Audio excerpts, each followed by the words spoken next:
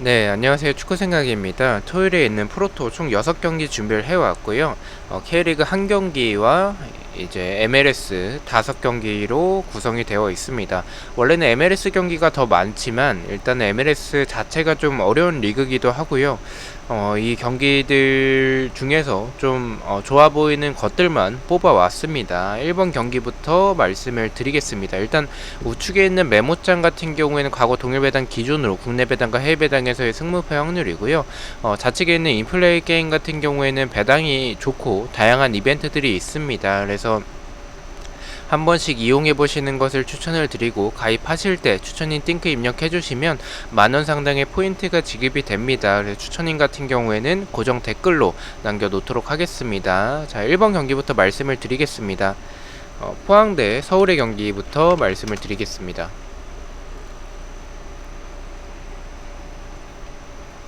죄송합니다. 일단 배당적인 확률은 국내에선 승쪽, 해외 배당에서도 승쪽이지만 무와 패의 빈도가 있고요. 이 경기는 결과부터 말씀을 드리면 그래도 포항의 승을 바라보고 있습니다. 일단 이 경기는 승무패 쪽에서는 이변이 나올 가능성도 있다라고 생각을 해요. 그래서 이 경기는 승무패 쪽보다는 언오버 쪽을 가시는 것을 더 추천을 드리고요. 일단은 포항이 이 송민규가 이적을 했죠. 그리고 팔라시오스의 출전 여부가 불투명한 상황입니다. 서울 같은 경우에는 최근에 12경기째 승리가 없긴 하지만 그래도 이번에 영입한 지동원 그리고 가브리엘, 특히나 가브리엘의 뚝배기가 위협적이긴 하죠. 그래서 포항 상대로 이변을 만들 가능성도 있다라고 생각을 합니다. 하지만 포항이 서울 상대로 강했었던 전적을 보여주고 있고요. 최근에 연승을 이어나가는 모습들 그리고 아침 이후에 충분한 휴식을 취한 포항이기 때문에 재정비가 됐을 것으로 생각을 합니다. 물론 내부적으로는 송민규 이적 관련해서 좀 잡음이 있을 수도 있겠지만 지금의 서울 정도는 잡아낼 수 있을 것 같다라는 생각을 가지고 있어서 포항의 승으로 말씀을 드리고요.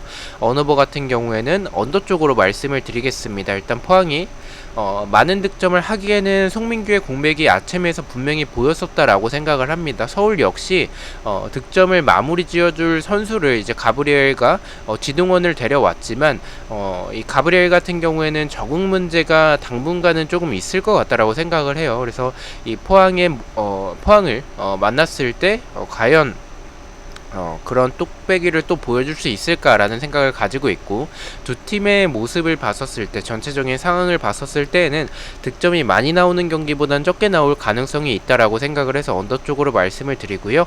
핸디캡 같은 경우에는 저득점의 경기라고 생각을 하고 있기 때문에 포항이 1점차 승리, 핸디캡 무승부를 말씀을 드리도록 하겠습니다. 자, 이번 경기부터는 일요일 오전에 경기가 있습니다. 그래서 이번 경기부터는 인플레이 게임에서 24시간 기준으로 업데이트가 되기 때문에 이 한글표를 보면서 말씀을 드리도록 하겠습니다. 에틀루나 대 콜롬크루의 경기고요. 배당적인 확률은 국내에선 비슷하고 해외 배당에선 승쪽이지만 무와 패의 빈도도 있습니다. 일단 이 경기 결과부터 말씀을 드리면 에틀루나의 패를 생각을 하고 있고요. 일단 이 두 팀의 맞대결에서의 특이상이 무승부가 없었던 전적이 있습니다. 물론 에틀루나가 콜롬크루 상대로 강했었던 모습들이 있긴 하지만 최근의 모습들을 봤었을 때는 그래도 원정이긴 할지라도 콜롬크루가 더 좋은 경기력을 보여주고 있다라고 생각을 해서 에틀루나의 패를 말씀을 드리고요. 언어버 같은 경우에는 언더가 정배인데 저는 개인적으로 역배인 오버 쪽을 말씀을 드리겠습니다. 역배인 오버를 생각하는 부분은 에틀루나의 최근의 경기력이 나쁘지는 않습니다. 그래서 저는 에틀루나 역시 좀 득점이 가능할 수도 있을 것 같다는 생각을 가지고 있고요. 이 두 팀의 수비적인 모습을 봤었을 때는 득점이 의외로 많이 나올 수도 있는 경기라고 생각을 합니다. 그래서 역배지만 오버 쪽으로 말씀을 드리고요. 핸디캡 같은 경우에는 이 경기는 에툴류나가 정배당을 받았기 때문에 저는 패로 이변을 바라보고 있죠. 그래서 에툴류나의 핸디캡 패배, 콜롬크루의 프랜승을 말씀을 드리도록 하겠습니다. 자, 3번 경기입니다. 미네유나 대 포틀랜드의 경기고요. 배당적인 확률은 국내와 해외 둘 다 승 쪽을 가리키고 있습니다. 저 역시도 동일한 생각을 가지고 있고 미네유나의 승을 말씀을 드리겠습니다. 일단 포틀랜드가 2연승을 하면서 나쁘진 않은 흐름을 보여주고 있습니다. 하지만 경기력적으로 비교했었을 때 그리고 상대 전적적으로 비교했었을 때 미네유나가 훨씬 더 앞선다라고 생각을 하고 있고요. 물론 미네소타가 가끔씩 이제 좋지 않은 경기력을 보여줄 때가 있습니다. 최근에는 조금 흔들리는 모습을 보여주고 있긴 하지만 포틀랜드의 수비 정도는 충분히 뚫어낼 수 있을 것 같다라고 생각을 해서 승으로 말씀을 드리고요. 언어버 같은 경우도 일단은 득점이 좀 적게 나오는 경기는 아니라고 생각을 하는 게, 미네소타가 일단은 수비가 안정적인 팀이긴 합니다. 하지만 포틀랜드의 최근의 흐름이 나쁘진 않아서 포틀랜드 역시 좀 득점이 가능할 것 같다라고 생각을 해서 오버 쪽으로 말씀을 드리고요. 핸디캡 같은 경우에도 일단 말씀드렸듯이 포틀랜드 역시 좀 득점이 가능할 경기라고 생각을 하고 있기 때문에 미네유나의 좀 1점차 승리, 똥출승이 되지 않을까라고 생각을 해서 핸디캡 무승부를 말씀을 드리도록 하겠습니다. 자, 4번 경기입니다. 내슈빌 대 신시내티의 경기고요. 배당적인 확률은 국내와 해외 둘 다 승 쪽을 가리키고 있습니다. 이 경기도 마찬가지로 배당의 확률과 동일하게 저 역시도 내슈빌의 승을 바라보고 있고요. 일단 신시내티가 역습이나 템포 이런 부분에서 나쁘지 않은 모습을 보여주고 있습니다. 하지만 내슈빌 같은 경우에는 홈에서 굉장히 극강의 모습을 보여주는 팀이기도 하고, 이 신시내티가 이 측면의 공간들 그리고 역습에 이런 취약한 모습을 보여주는 팀입니다.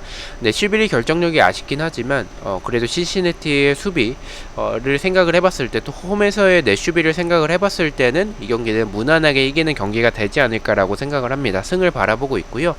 언어버 같은 경우도 일단 오버 쪽을 말씀을 드리겠습니다. 신시내티도 사실 공격적인 모습을 봤었을 때 역습도 좋고 템포도 좋고 이런 크로스의 공격들 압박도 굉장히 좋습니다. 그래서 의외로 경기력이 나쁘지 않은 신시내티입니다. 공격에서의 모습들이 나쁘지 않은 팀이라서 내슈빌이 득점을 하지 못하게 된다면 오히려 역습 한 방으로 좀 득점을 할 수도 있을 것 같다라는 생각을 가지고 있고, 하지만 홈에서의 내슈빌이 쉽게 당해주진 않을 것 같습니다. 그래서 득점이 좀 많이 나오는 오버 쪽을 생각을 하고 있고, 핸디캡 같은 경우에는 핸디캡 무승부로 내슈빌이 1점 차의 정도로 좀 이기는 신시내티 역시 득점이 가능하다라고 생각을 하고 있는 경기이기 때문에 1점 차의 승리, 핸디캡 무승부를 말씀을 드리도록 하겠습니다.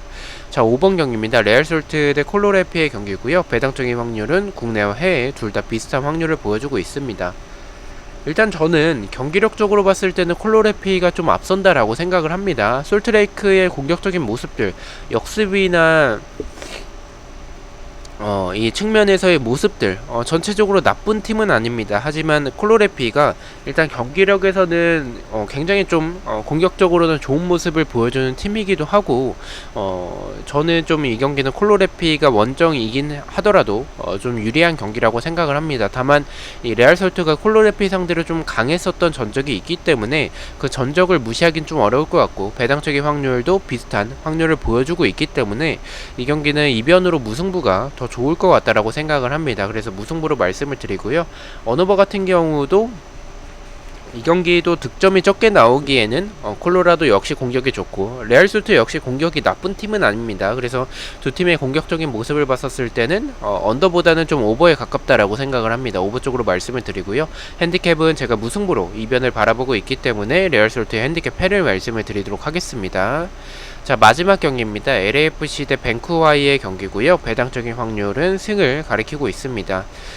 이 경기도 배당이 좀 너무 낮아서 약간은 애매하긴 하지만 그래도 LAFC가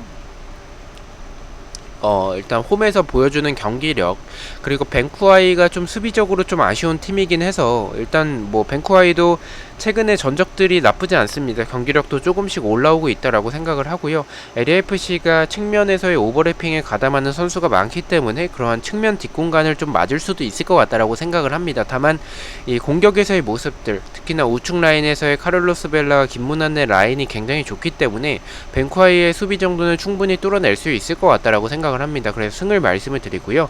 언어버 같은 경우에 언더 쪽을 말씀을 드리겠습니다. 일단 기준점이 3.5점이기도 하고, 이 경기는 LAFC가 대승을 하기에는 최근에는 조금 흔들리는 모습을 보여주고 있다라고 생각을 해요. 벤쿠아이도 최근에 경기력이 조금씩 좋아지고 있다라고 생각을 해서 좀 득점이 많이 나오는 경기보다는 언더 쪽에 가깝다라고 생각을 하고요. 그래서 언더 쪽으로 말씀을 드리고요.